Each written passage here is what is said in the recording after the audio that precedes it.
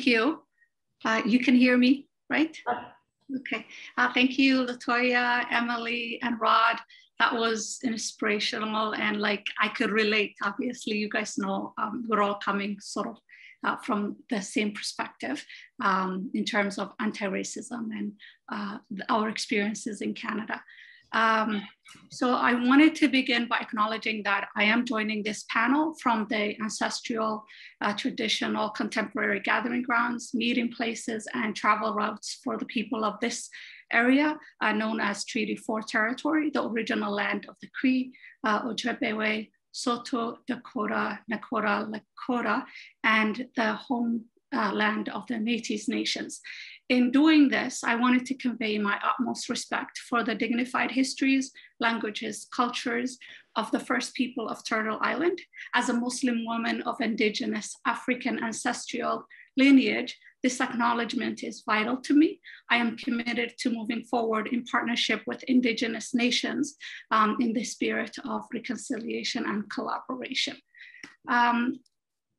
I humbly sit in this panel with you all, and there is no better timing than now, as you guys are all aware of what just happened in London, Ontario. So the timing right now to show our unity, resilience, and solidarity as a community, this is there is no better timing than right now. My community is experiencing vicarious trauma with a global pandemic that is disproportionately taking us out physically, emotionally, financially.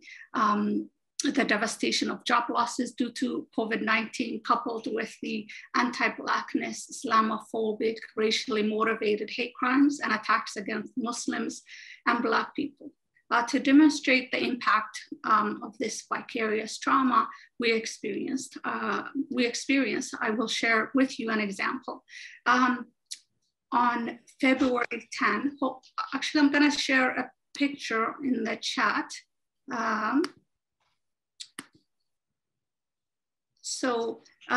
On February 10, 2015, Dia Shadi Barakat, he was a first-year dentistry student. Yusor Mohammed Abu Salha, she was also planning to join him, and her sister, Razan Mohammed Abu Salha, so the couple and the sister were killed in their home in Chapel Hill, North Carolina. The investigation and the media reports stated the crime was motivated by ongoing neighbor dispute over parking. That same month, I came home and I parked in my parking spot. As soon as I got out of the car, my neighbor who was parked next to me also got out of his car. He came up to me like very uncomfortably close and said to me, "You people don't know how to park." He was big, older white man, was of the same build, age, and even looked similar to the man who had just murdered the 3 college Muslim students. I froze. I could not utter a word to him. I was scared for my life. I imagined he could just kill me at that moment, and it would just be reported as a parking dispute. I did not own a car at the time, so I just borrowed that car that day. So I hardly ever used my parking spot, and this was our first encounter. Later on, when I had time to sort of process, I joked in my head and to family that which of my peoples did he mean? You know, Ontarians, because that's where I was sort of grew up and I learned how to drive. Did he mean Black people? Did he mean women? Did he mean Muslims? So, you know, I can joke about it afterwards, but at that moment, I was really scared for my life. So our community is mostly immigrants here in Regina, Saskatchewan. So they're mostly immigrants, children of immigrants or former refugees. Some community members face language barriers as they just are recent arrivals, like the Syrian community, for example. And so they face language barriers, and so they won't be able to describe what they're going through in terms of mental health needs. The stigma, there is still a stigma associated with mental health culturally, and some assume and or are told having mental illness is a weakness of faith. Some of our cultures teach us not to feel emotions or show emotions, so we shut down. So we hear boys don't cry, Black people don't go to therapy, don't show weakness. Admitting you need help is a weakness. Sometimes even myself, my family would joke around that I'm too westernized, or, why am I acting? This is not how we act if I ever show emotion. Some community members have experienced direct violence or have witnessed. Refugees and immigrants have experienced many losses, and such as many of their families, friends, loss of their community. So they're just starting all over in a new community. Others have experienced the hardship of living in refugee camps. So they did not heal from all that trauma that they have experienced.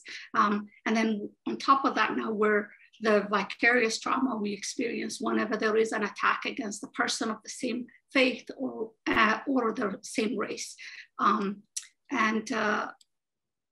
We know emotions and mental illness, when untreated, will continue to impact us and our children. So we also have generational trauma.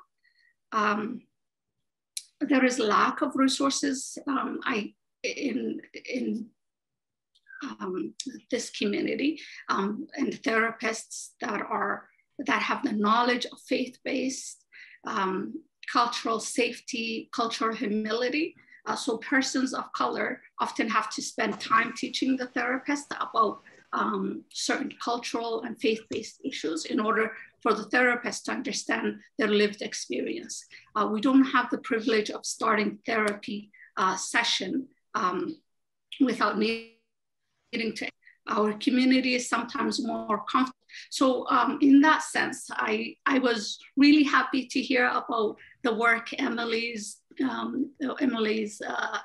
postgraduate students at the university is doing, and Latoya. So I'm definitely going to reach out to you guys because that is really important. That's what we need, is people who have that faith-based, cultural-based, or at least have the knowledge and willing to learn. So thank you for the work that you're doing. Our community is sometimes more comfortable talking about what they experience with imams and leaders that they trust, community leaders that they trust. But how can the imams and community leaders assist if they don't have access to resources? They do not have basic training in mental health. And so when you don't have the basic training in mental health, you're adding to the damage sometimes by, sort of telling the person, this is the solution is spiritual healing, or, without really diagnosing the problem better, at least.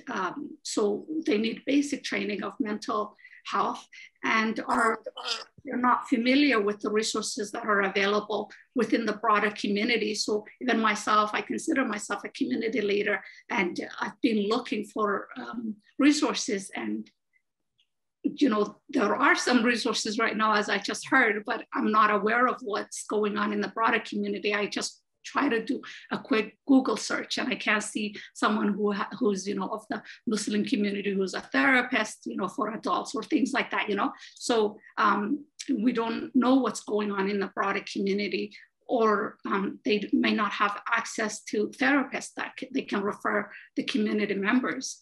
I come from a community that is resilient. diverse, and some of us are from war-torn area, and we were looking for a safety and security for our families. And now, in addition to all the stressors of our lives, we have to look over our shoulders and to ensure that we're not another statistic, another victim.